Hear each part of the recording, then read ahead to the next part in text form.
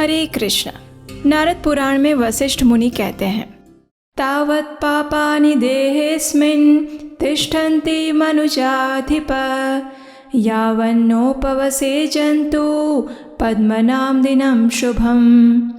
इसका अर्थ है कि हे राजन, जो व्यक्ति भगवान हरि जिनके नाभि कमल सदृश हैं, उनके पवित्र दिन एकादशी में उपवास नहीं करता, उसके शरीर में सभी पाप बने रहते हैं। सभी व्रतों में सर्वश्रेष्ठ है एकादशी का व्रत। प्रत्येक मास के शुक्ल पक्ष और कृष्ण पक्ष में आने वाली 2 एकादशी मनुष्य को इस भौतिक भवसागर से हमेशा के लिए मुक्त करने में सक्षम है। श्री हरि भक्ति विलास में एक सुंदर श्लोक आता है, नमो भगवते तस्मै यस्य प्रियतमातिथिः एकादशी द्वादशी च सर्वाभीष्ट प्रदानणाम्।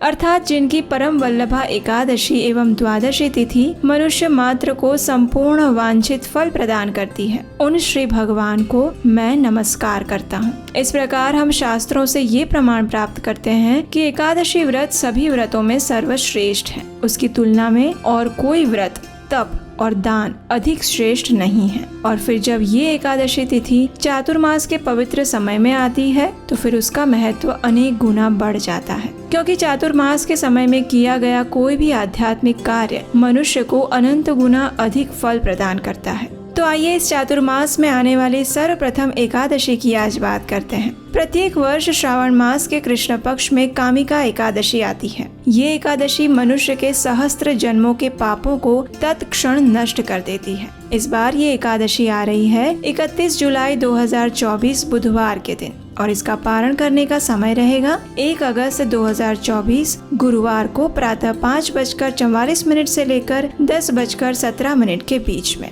यह ऐसी विशेष एकादशी है जिस दिन तुलसी देवी की पूजा आराधना करने का विशेष महत्व है। इस दिन तुलसी देवी के दर्शन करने से, उनका स्पर्श करने से और उन्हें प्रार्थना अर्पित करने से जीव समस्त बाधाओं से मुक्त हो जाता है। उनके समक्ष बैठकर हरे कृष्ण महामंत्र का जप करने से, उन्हें जल अर्पण करने से और उनकी प्रदक्षिणा करने से मनुष्य को यमराज के दर्शन कभी नहीं करने पड़ते। और यदि कोई भगवान केशव को इस दिन नव अंकुरित तुलसी मंजरी अर्पित करता है तो वह अपने पूर्व और वर्तमान जन्म के सभी पापों से मुक्त हो जाता है। तुलसी देवी की अगर कोई व्यक्ति जाने या अनजाने में भी कोई सेवा कर लेता है तो उसे भगवान श्री कृष्ण की भक्ति निश्चित रूप से प्राप्त होती है, और इसमें कोई संशय नहीं है, क्योंकि ऐसा ही कुछ हुआ था आज से कुछ वर्षों पूर्व रशिया में। आइए अब आपको वो सुंदर प्रसंग सुनाते हैं।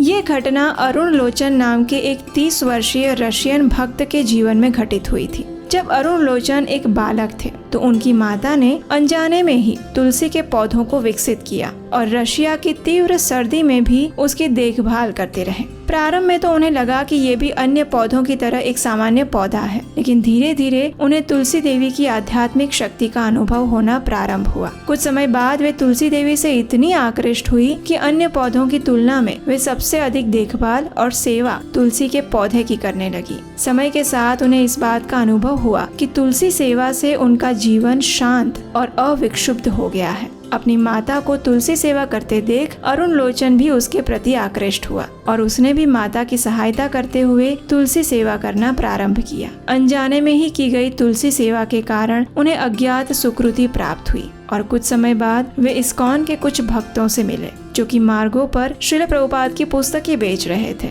अरुण लोचन ने उनसे कुछ पुस्तकें खरीदी और उन्हें पढ़ना शुरू किया। श्रील प्रभुपाद की पुस्तकों ने उनके जीवन को परिवर्तित कर दिया। उनकी माता ने भी इन पुस्तकों को पढ़ा और वे भी कृष्ण भावनामृत की ओर आकृष्ट हुई। कुछ समय बाद अरुण लोचन मंदिर में पूर्णकालीन भक्त के रूप में जुड़ गए और वहां जाकर उन्हें और उनकी माता को पता चला कि जिस पौधे की वे अनजाने में ही सेवा कर रहे थे वे स्वयं भक्ति प्रदायिनी तुलसी देवी थी। इस प्रकार तुलसी देवी के प्रति उनकी श्रद्धा और दृढ़ हुई। अरुण लोचन जिस मंदिर में सेवा करते थे उस यूरोलावा के मंदिर में वास्तव में वेदी पर तुलसी देवी के चित्र की ही पूजा की जा रही थी, क्योंकि वहाँ ठंड के कारण तुलसी देवी विकसित नहीं हो पा रही थी। लेकिन वहीं दूसरी ओर अरुण लोचन के घर में उनकी माता के द्वारा अनेक तुलसी के पौधों को बड़े ही भक्ति और प्रेम से विकसित किया गया था। अरुण लोचन ने अपनी माता से विनती की कि वे तुलसी के पौधे मंदिर में दे जाएं। जिससे भक्तगण उनकी विधिवत पूजा कर सके। अरुण लोचन की माता ने न चाहते हुए भी तुलसी के पौधों को मंदिर में अर्पित कर दिया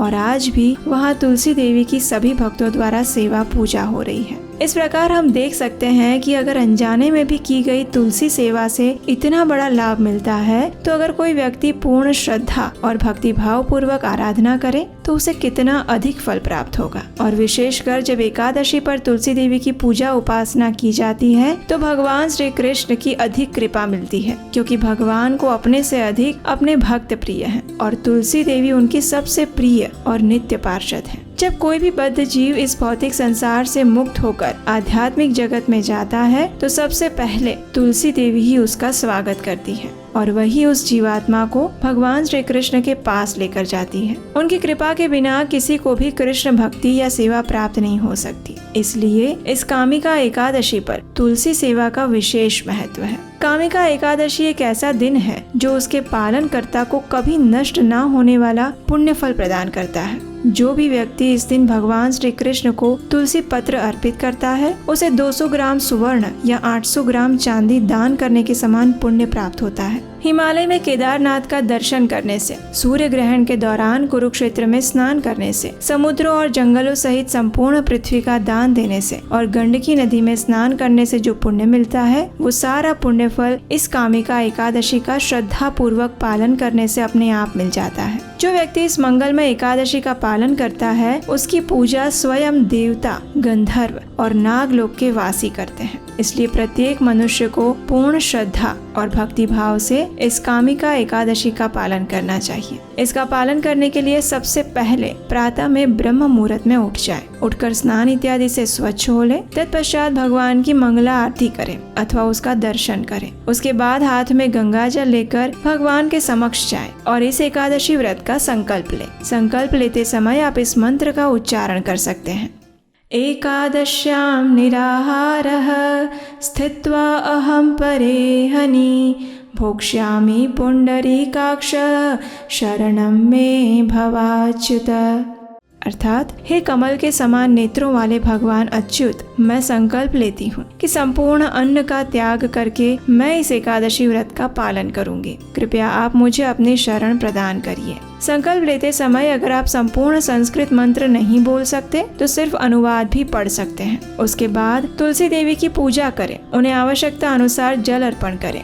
हाँ, एकादशी में भी तुलसी देवी को जल अर्पित कर सकते हैं। इसके विषय में हम पहले भी अनेक वीडियोस बना चुके हैं, वो आप देख सकते हैं। तो उसके बाद तुलसी देवी के समक्ष घी का दीपक अर्पित करें, धूप और पुष्प अर्पित करें और उनकी कम से कम 3 बार प्रदक्षिणा करें। अब उनके समक्ष बैठकर हरे कृष्ण महामंत्र का जप करें, यानी हरे कृष्ण कृष्ण कृष्ण हरे हरे, हरे राम राम राम हरे हरे। इस महामंत्र की कम से कम 8, 16, 25 माला का जप करें। एकादशी के दिन संपूर्ण दिन उपवास का पालन करें। इस दिन किसी भी स्थिति में अन्न, दाल, चावल, गेहूं या उससे बने हुए कोई भी खाद्य पदार्थ ना खाएं। आवश्यकता लगे तो दूध, फल, ड्राई फ्रूट्स या एकादशी प्रसाद बनाकर भी खा सकते हैं। संपूर्ण दिन में अधिक से अधिक भगवान श्री कृष्ण की कथा सुनें, भगवत गीता और श्रीमद् भागवतम का पठन करें और अपनी चेतना को सात्विक बनाए रखें। अगले दिन निर्धारित समय पर योग्य विधि अनुसार इस कामिका एकादशी का पालन करें। और ये पालन करने की विधि क्या है, ये जानने के लिए आपके अपने इस चैनल को सब्सक्राइब करें, क्योंकि यहीं पर हम वो लेकर आएंगे। आप हमारे व्हाट्सएप और टेलीग्राम ग्रुप से भी जुड़ सकते हैं, जहां हम नियमित रूप से एकादशी और बाकी सभी चीजों की रेगुलर अपडेट्स देते रहते हैं।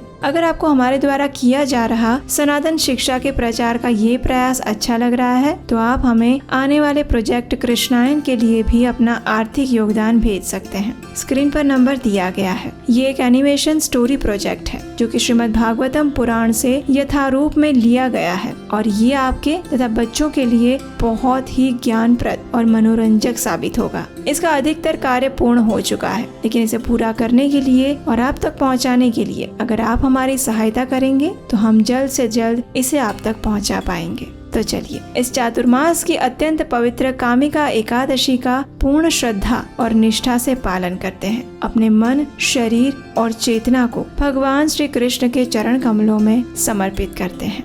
हरे कृष्ण।